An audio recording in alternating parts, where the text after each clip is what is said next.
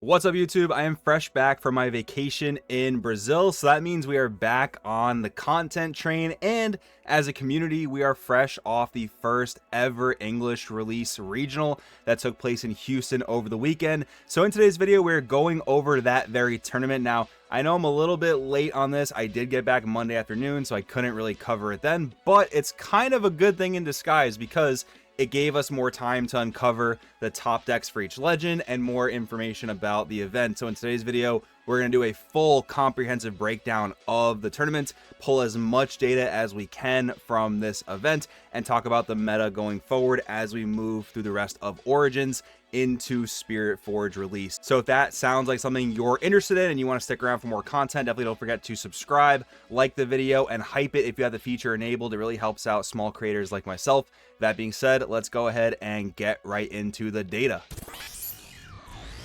All right, let's start by breaking down the overall representation of decks in the room. We have about 1,200 players. What an insane turnout. This tournament did go to an overall top 64, but for the overall representation of decks in the room, we are not surprised to see Kai'Sa as the #1 most represented deck, with 372 participants choosing to play Kai'Sa. That is about 33% of overall players. 1/3 of the players chose to play Kai'Sa. That is an insane amount of Kai'Sa players. Second most rep, we do have Master Yi, and then that is followed by Annie, two of the proving ground legends that ended up being so meta defining. Kind of funny that that's not what Proving Grounds was intended to do, but these two legends have taken the meta by storm. Annie, though, the #1 surprise factor in this entire format when it comes to the English release, because Annie was popular. It had a little bit of a cult following, but it was not anywhere near this dominant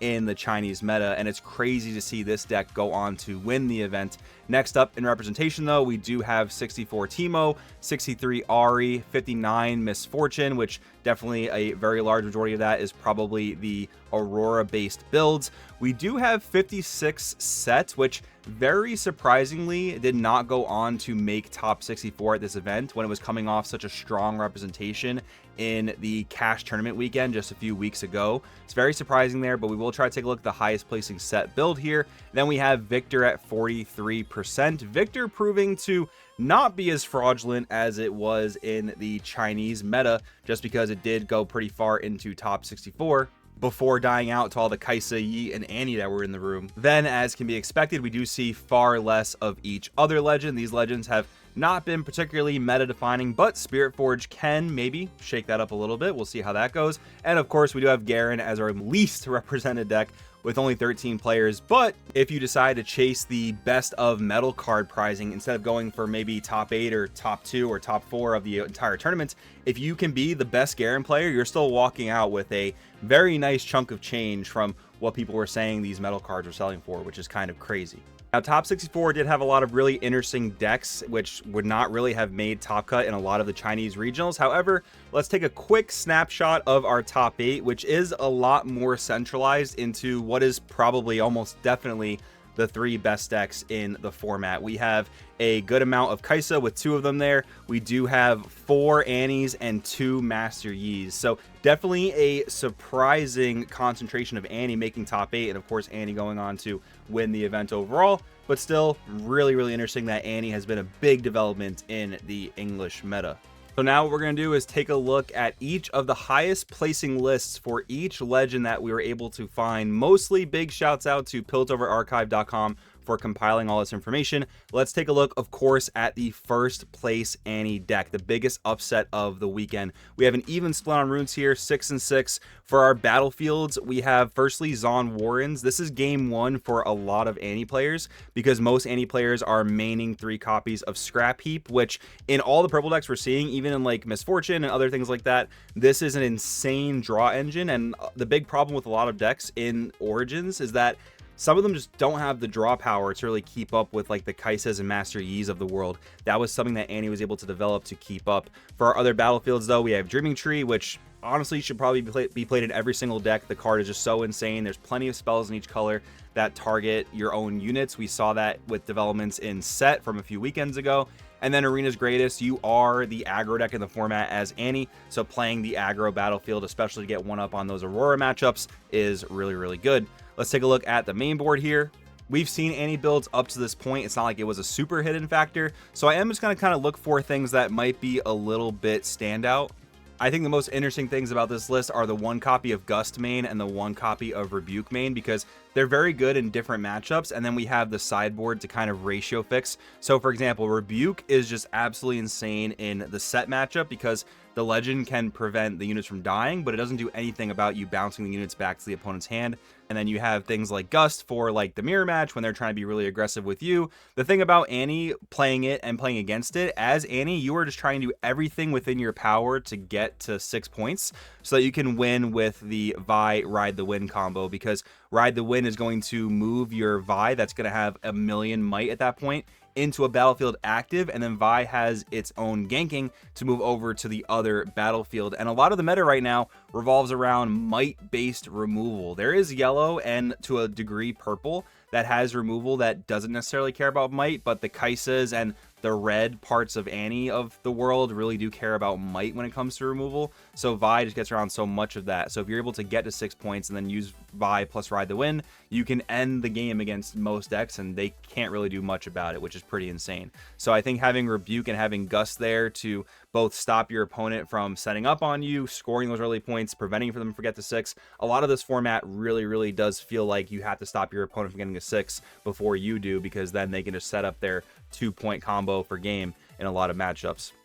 And then going down to the sideboard, coolest thing here, besides the ratio fixing, is the 2 copies of Draven. I think this card is just so insane in Annie specifically. I think it's just great in the format overall, whether it's in the sideboard or the main board. But when you're Annie and you're scoring so quickly, you drop a 5-cost Draven that ends up getting like 7, 8, 9 might. And what Draven's really so great against are the Kaisas of the world, because once you get past that 6 might number, it just becomes so hard for Kaisa to kill something that's over 6 might. So incredible side deck option, and the ratio fixtures, I love it. Congratulations to Sean here for getting first place this event. A very hard fought tournament. I watched a lot of his games on stream as I was in Brazil, and man, I learned a whole lot from watching you. So thank you for that. Really great job.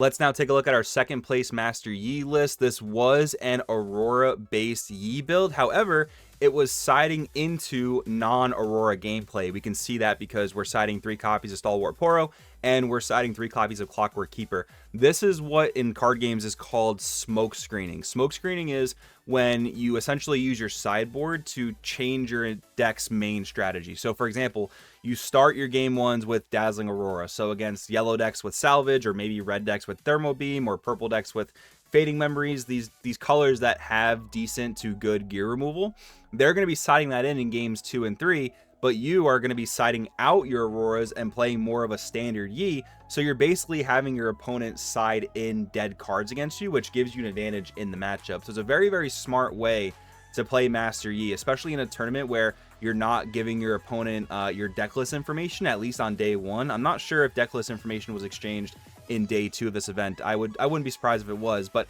especially for day 1, this is how you can win a lot of your rounds, because your opponent's going to bring in salvages that just don't really do anything because you're siding out your Dazzling Auroras, but you're still keeping in ramp to play really strong units like Deadloom Predator, White Flame Protector. Even Tasty Feyfolk with the Accelerate is super strong. So I do think this is a very cool build. I imagine that, you know, cards that come out when you're siding out the Aurora package is probably your 3 copies of Aurora, maybe your 3 Mobilize, because you still have enough ramp between Catalyst of Aeons and Find Your Center to get to your big units. So yeah, those 6 cards probably come in, and then if you wanted to maybe even just fully side in the Wind Walls and the 3rd Sabotage, maybe you side out something like a 1 of Volibear Imposing, because it's just too costly to play when you're not actually trying to cast it off of Aurora. So that to me makes a lot of sense. I do honestly really like the smoke screen type of build. I think it's very cool and really strong in the meta when you are catching your opponents off guard like that. Once again, congrats to this player. Shouts out to Challenger TCG for going second at this event.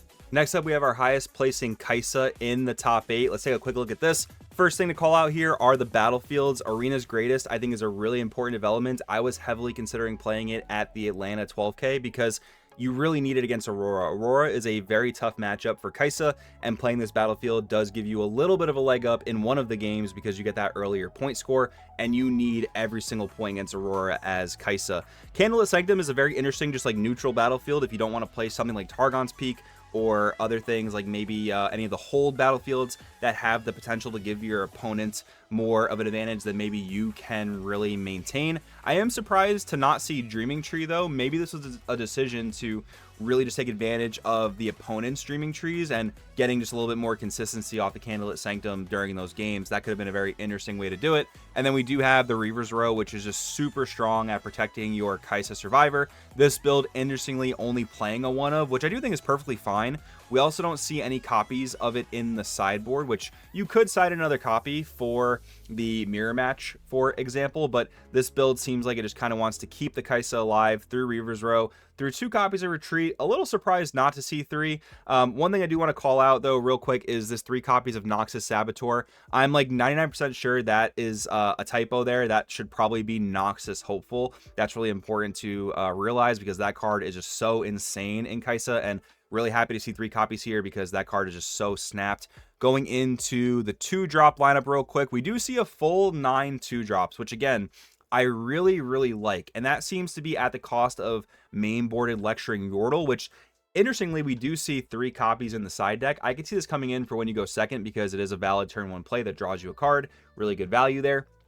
But I've wanted to play 3 Patty Poro forever, and I really like how this build just pulls the trigger and does it. It's really good in this format with the Kai'Sa mirror matches, with the Annies of the world. It's just such a good call here. Going through the rest of the main board, everything else makes a lot of sense. I mean, we do have 1 Time Warp in the main, complemented by 1 in the side. Only 1 Acathian Rain in the entire deck. I think you're sacrificing the Victor matchup just like a little bit with this, but ultimately it's probably not enough to make the matchup, you know, unwinnable or anything. But I am surprised to see just the 1 copy of the Acathian Rain. And it looks like we're going into the full 3 copies of Thermo Beam, really hedging against those Auroras of the world, which again, it's probably Kai'Sa's worst matchup, so I think it makes a whole lot of sense. And this player making it all the way to top 8 is really awesome. So big shouts out to Alan for making it this far and really, you know, taking that top prizing with Kai'Sa. Great job. Now for these next top placing legend decks, I am going off of what is on the leaderboards for this Houston Regional on Piltover Archive. So if I am missing something, they don't have all the deck lists yet, it seems like. If I'm missing something, please let me know in the comments below. If you can leave a link to the proper deck list if I got one wrong, that would be super helpful. But let's go over what seems to be the highest placing MF list at 17th place. This is, of course, as we would expect, a Dazzling Aurora build. Let's take a look and see if anything in particular stands out. I think the one thing that's standing out to me here in the main board is 3 copies of Primal Strength. I mean, you're already playing such beefy, huge units. I'm surprised to see this spell that makes your units even bigger and beefier, but it definitely just helps you get over like the Master Yi's of the world. And if anything, like a Vi Ride the Wind is coming your way, this card is one of the few options you'll have besides Rebuke that is going to actually allow you to get out of those attacks. So very interesting main board tech here. Going down to the sideboard, we do have 3 copies of Kneeling Spirit for the Kai'Sas and maybe the Annies of the world. We have a 2nd copy of Rebuke for the sets and the mirror matches. We have a copy of Misfortune Buccaneers, so you can swap between your chosen champion when the matchup calls for it. And we have 2 copies of Fading Memories, which is a great card because it's so flexible, both in like the mirror match for answering your opponent's Aurora, and then just for serving as really solid unit spot removal when you need to. Like, there are just some units you just need to wipe off the board, and Fading Memories does just that, does its job really well. Next up, we have the highest placing Teemo build at 36th place. Now, we do have what seems to be a full like matchup guide here, which is really cool. Shouts out to this player for that. I'm not going to take a whole look at that though, because it's going to really elongate the video. So we're going to go ahead and take a look at the build here. We are leaning slightly more towards blue in this build. We are playing Grove of the God Willow. Makes sense that you really want to hold in Teemo because you're playing a hidden base deck. We do have the Dreaming Tree and the Windswept Hillock, which is interesting. But I think if we're leaning into Mundo, like, yes, this build definitely does. Playing the Windswept Hillock makes a lot of sense because if you have a 20 might Mundo that can go from battlefield to battlefield, that's going to be really hard for a lot of decks to deal with. Going through the main board here, I mean, you of course want your filter cards like Stack Deck and Stupefy, because you're trying to fuel that trash as efficiently as possible to make sure your Mundo is as strong as possible while not wasting your hand. That's very important, and we see that as well with the 3 Consult the Past, and even Retreat helps serve that purpose because it keeps your hand at parity and it ramps you towards Mundo, and it puts another card in the trash with a very efficient way to do so. So that's really, really good. I love the 3 copies of Ember Monk. I don't know if this is a card that most of the Mundo builds have been playing, but this build does seem like just a touch more hidden heavy than most Mundo builds, so that's really good there. And Ember Monk as a 4/6 when you can pull it off, I think is insane. We do have 1 copy of Sprite Mother, 2 copies of Thousand Tail Watcher. I've seen a lot of Mundo Teemo builds kind of sacrifice Watcher and just play Mundo as the top end, but this build is definitely leaning more towards like a heavier top end, which is definitely not bad. I mean, Watcher is just an absolutely insane card. Like if there's a game where you have a Mundo from the previous turn and then you're able to accelerate a Watcher, I mean, if you're on 6 points, I can't see most decks in the game being able to deal with that unless you have like a Hidden Blade or a Rebuke or something. But yeah, that's a really strong finishing combo. And then going into the sideboard, we do have some ratio fixtures with like the Rebukes, the Sprite Moms, but a couple other really cool cards. We do have Convergent Mutation, which I don't think was in the main board. This thing though, being able to match up like your Sprite Mother or something up to the might of maybe your 20 might Mundo is really, really insane. We do have a Mega Mech, which is really, really good against Kaisa because again, they just have a really hard time killing things that are bigger than 6 might. Very, very solid performance here by this Teemo player. And once again, very cool for dropping the description here. Also, my camera's covering it, but Piltover Archive calculates this deck at 71 euros, which I think for American is probably around $75. So if this is really that cheap of a deck, I don't know if this is like missing a calculation. We are playing 1 Flash, which is definitely an expensive card, and Thousand Tail Watchers should be pretty expensive, but the rest of the deck is honestly commons and rares that you should be able to pick up very, very easily. So if this deck is that cheap, and honestly it's pretty good, that's a pretty cool thing that it did so well this event. Next up, we have our highest placing Volibear list. We have an even split on runes. We have all the battlefields you would pretty much expect for a Aurora style deck, except maybe Vilemaw's Lair. A little surprised not to see Sigil of the Storm. I feel like Sigil is something that's so important for Aurora decks to play when they can, because you want to punish your opponent for trying to score quickly, and Sigil can do a really, really good job of that. Vilemaw's Lair obviously can also punish aggressive opponents because it sticks their opponent in that battlefield and they can't retreat, they can't pull their unit back to base. But I don't know, I feel like Sigil's really, really good, but I'm sure Vilemaw has served this player extremely well. Going through the main board here, we see a whole lot of removal. So we do see Get Excited, which I think makes a lot of sense in Volibear, because when you do draw a lot of your high cost units, you don't really want to do a ton with them in your hand. Like, yeah, you can play a Dead Bloom Predator from your hand and stuff like that, but when you have a high mass of these big units, you want to use Get Excited to kill your opponent's big units. And then what I think is really cool as well is 3 copies of Incinerate, where Annie doesn't use it, Volibear will pick it up and use it. It seems like this is honestly, I think, a little bit better than Hextech Ray in this deck because it doesn't cost a power, and the difference between 2 and 3 might is not all that crazy. Like, it kills the sneaky deckhands of the world, it kills the non-buff Ravenbloom students of the world. So yeah, really good there at not costing you a power and allowing you to progress your runes as a Volibear Aurora deck. We also see 3 copies of Iron Ballista. Again, you're just trying to pick off those early aggressive units without really investing a whole lot of power so that you can make it to your Aurora turns. But then we do have like the Falling Stars for when you absolutely need it. Yes, it does set you back pretty far in power, but sometimes you just need to deal with your opponent's board. And of course, it's incredible after you've dropped your Aurora. It can be game winning in those scenarios. And then we do, of course, have the 3 Aurora, followed up by our big unit lineup. We do have 3 Kadrigan. We do have the 1 Magma Worm. Really, really cool tech in this deck, being able to make all your huge units enter ready. When you're able to pull that off, that is a big, big problem for your opponent. And then the best unit in any Aurora deck is going to be the Dead Bloom Predators at 3 copies. Going down to the sideboard, coolest things here are the Warwicks in the side because it combos really, really well with Iron Ballista. Deal 2 damage to a unit, and if that didn't kill it, Warwick will come in and kill that unit. And then we have 2 copies of Stormbringer, so you can basically deal damage equal to the might of one of your huge units to all the units in the battlefield and then move that unit up. So ways to score points, ways to deal with battlefields. Insanely good card, especially because it's Volibear's signature spell. Next up, we have one of the Yu-Gi-Oh goats playing Lee Sin. Shouts out to Jeff Jones. I was really following this run because I love the Lee Sin deck. I think it's got a lot of strengths when compared to Master Yi, and Jeff Jones was able to put that on full display at this event. So we do have an even split on the runes here. For our battlefields, we're playing Obelisk of Power, which is definitely an adaptation from Master Yi. I mean, I think in this color combination, especially green, being able to ramp is really crucial to get to things like Tasty Fey Folk. Also, on the orange side, getting Dead Bloom Predator is insane.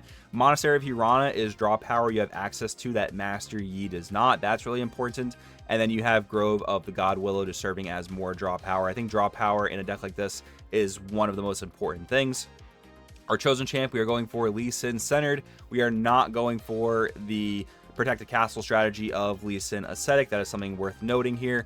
Going through the rest of our main board, though, some of the more interesting things: 2 copies of Sunlit Guardian. I am interested to hear a little bit more about the rationale on this one, because I think one of the pros of Lee Sin is that you can kind of like forego any 3 drops at all, because all your 2 drops can benefit from your legend buff on turn 2 if you're going, or on turn 1 if you're going second. So I think that's a great reason to like not have to play Sunlit Guardian if you wanted to play more 2 drops. That being said, though, I mean, if you can play this thing and give it a buff and then it's a tank 5, that's, you know, definitely solid for sure. I just feel like it doesn't fit in the curve as well, but hey, what do I know? Jeff made it all the way to top 64 with this deck, so that's really awesome.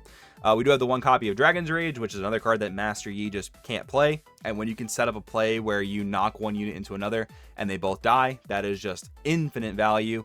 And one thing I'm surprised as well, 1 copy of Wizened Elder. I think it's one of the, you know, best cards in Lee Sin, to be honest, but Jeff did talk about this a little bit on Twitter. He would probably try to fit in a 2nd copy if he could, or at least he would like to, he mentioned. So yeah, it makes a lot of sense. Maybe 3 copies really isn't needed, but being a 5/6 is an overstated number, and it's really strong. Eats up an entire Falling Star all by itself, and you can potentially even save it with cards like On Guard and Discipline. Going down to the sideboard, super standard stuff. 2 Sabotage, a card that I really want to play in the main deck when I play orange decks, but I can see how it's kind of difficult to fit in the main board here. Of course, we have our Kneeling Spirits for Kaisa, Rune Prisons for the Vi Ride the Wind combos and any other battle-focused decks, and then Primal Strength to get you over those Master Yis of the world and other really, you know, kind of battle-focused decks. Very cool stuff. Let's take a look at our highest placing Yasuo build. We have once again an even split on runes. Even split on runes seems to be the winner of the weekend as one of the underlying themes. We have the battlefields of Zon Warrens, which again, this is probably playing Scrap Heap. Yep, at 2 copies. We have Targon's Peak for that untap and the Windswept Hillock to give our units ganking. And Yasuo is really good at putting units into battlefields ready. So if you can put your unit into Windswept Hillock via your legend ability or anything else you have at your disposal, like Ride the Wind, you're going to be able to gank over to the other side and then take those points a lot more easily, which is cool. Our chosen champ is Yasuo Remorseful. We are not playing the purple Yasuo move combo. I think that combo is just very fragile. It loses to a whole lot of removal like Void Seeker, Hidden Blade, stuff like that. So yeah, a little bit rough there. We are on 2 copies of Defy main deck, 3 copies of Stack deck, which makes sense. I think any purple deck would play it. Some other interesting tech, only 1 copy of Charm, followed by 1 copy of Mask of Foresight. Mask of Foresight is one of makes sense. Like, when you see it, it's great. It just provides you extra value throughout the entire game. 1 copy of Charm, though, definitely very interesting. I feel like Charm is one of the most broken cards in green. So I'll only see 1 copy here. Definitely interesting. But another intriguing tech here is 2 copies of Tide Turner. But this thing hidden at an opportune time can just win you a battlefield straight up. Like if you have like a Clockwork Keeper in a battlefield and you hide a Tide Turner, and then you have maybe like a Yasuo Remorseful in your other battlefield or in your base, you move it up there, or being able to move up like a Mind Splitter or a Rasa, just really good value in those battles. And then in the sideboard seems like just a good amount of ratio fixing, which makes a lot of sense. Next up, we have our highest placing Victor build. Now this build, I did look at it before. Really crazy stuff. Battlefields are pretty standard. War Camp is incredible in a token spam deck because the more units you can put there, the more might you're going to get out of it. Obelisk of Power, very good again as Victor, because if you're going first, you get to play a 2-drop and you get to play a token. So you get to play 2 units on turn 1. The only other deck that can even do that potentially is Darius, but Darius is a lot more of like a high roll, needs a little bit of luck type of deck. And the Vile Mausoleer, I should have mentioned before, this is apparently a very heavy Annie tech, where, you know, Annie wants to flash or fight or flight a lot of their units back to base to protect them. Vile Mausoleer prevents that from happening, so a little bit annoying for Annie in those games that it gets played. Now, the craziest thing about this build is 3 copies of Call to Glory without any actual buff strategies in the deck. In this build, this is just a 3 energy reaction that gives a unit +3, but this card is so versatile. I mean, we know how good like Discipline is, for example. We know how good On Guard is, both that obviously letting you take over battlefields with increased might, but also letting you dodge certain removal spells. Like, for example, if you play a Victor Leader into your base and you're afraid of your opponent dropping a Falling Star, well, if they don't have a Stupefy, you're going to be able to bring your Victor Leader up to 7 might, and then the Falling Star doesn't kill it anymore by itself. So if they don't have the Stupefy to combo with it, that's insane value. Really, really good there. There's got to be millions of applications for Call to Glory in this deck, and I would have never thought about playing it in a deck where I'm not going to actually spend a buff to use it. I mean, that's a really innovative, really cool thing, and making it this far into the tournament is really, really cool stuff. Going down to the sideboard, another crazy thing I'm realizing is we're on 0 copies of Grand Stratagem in the main board. I can see where this is not like a huge token spam build, but I mean, we're still playing 3 Machine Evangel and 3 Noxian Drummer. Maybe it's just kind of viewed as a little bit overkill. Maybe Grand Stratagem's not as required. I mean, we're still playing the 1 in the sideboard. So very, very interesting to know a little bit more about that. But other things just make sense. I mean, we have Salvage as gear removal. We have Smokescreen for those battle differentials. Imperial Decree, just throw a token at something, it'll die. And then Cruel Patron when you really just want the big body, probably again against like the Kaises of the world. Very, very cool build. I'm super intrigued by 0 copies of Grand Stratagem. Definitely need to know more about that.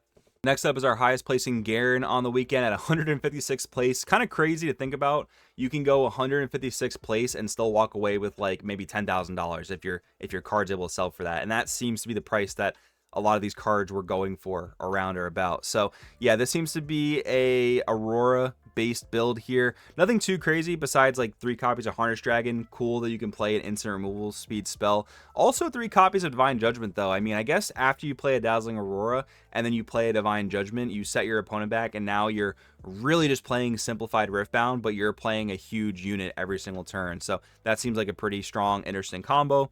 And then for the sideboard, you've got a lot of what you expect. I mean, two Unyielding Spirit, 3 Sabotage, 2 Salvage, and then 1 more Snapvine for good measure when you really need that removal. And the final top placing deck that I was able to find from Piltover Archive here is the top placing Leona. Huge, huge shouts out to Frodan. I love his TFT content, and seeing him do super well here at the first ever Riftbound Regional, super awesome to see. Once again, even split on runes. We've got our battlefields of Grove of the God Willow, Windswept Hillock, and Monastery of Hirana. Once again, we're playing a buff deck, so you're able to take advantage of another draw engine that a lot of other decks can't really take advantage of. Going into the main board here, we're on a full 3 copies of Leona Determined. Obviously, one of these starts in our Chosen Champ Zone, but then we have 2 more to play throughout the game. And then going through our spell lineups, I mean, obviously, besides On Guard, Discipline, and Defy being just key staple green spells, we are on 3 copies of Rune Prison, which is super important because it stuns units and then procs your legend to buff things. That is also followed by Facebreaker at only 1 copy. This card's a little bit more difficult to set up just because you have to also stun one of your units, but when you can pull it off, you can just hold a battlefield for free, and it doesn't really cost you as much as Rune Prison does. Really, really good there. Then going down to the main board, surprised to see a full 3 copies of Zenith Blade because it is quite a bit expensive on runes, but again, it enables your deck to really just get the buff system going. And then Solari's Shieldbreaker, for as rough on stats as it is, being a 3/2, when you play me stun a unit, I mean, it can immediately become a 3 because your legend can buff it as long as you're able to actually stun something. But this also sets up buffs on things like Set Kingpin and Fiora Victorious very, very efficiently. And then going out of the sideboard, a lot of what you would expect. No copies of Hidden Blade in the main. Very surprising. This card is just so broken, but I think you have to dedicate a lot of space to the buff engine, so it makes sense here. We are playing 3 copies of Salvage, 1 Wind Wall, 1 Vengeance, just kill any unit in the game, and then we do have 1 copy of Leona Zealot for when you want to swap out your chosen champion in the right matchup. So those were all the highest placing legends I was able to find for the event here. Once again, shouts out to all these players because they did an incredible job playing super well this weekend, making high placements and earning some metal cards. Big shouts out to you guys. And that's going to wrap it up for today's video. Hope you guys enjoyed. Hope you guys were able to watch the live stream coverage of the regional. I know that I absolutely loved it. I saw a lot of high level play that really just taught me more about this awesome game. So that being said, if you guys have any comments, questions, concerns, any interesting thoughts about this event and the deck lists, definitely drop them down in the comments below. Thank you guys so much for watching, and I'll see you guys in the next one.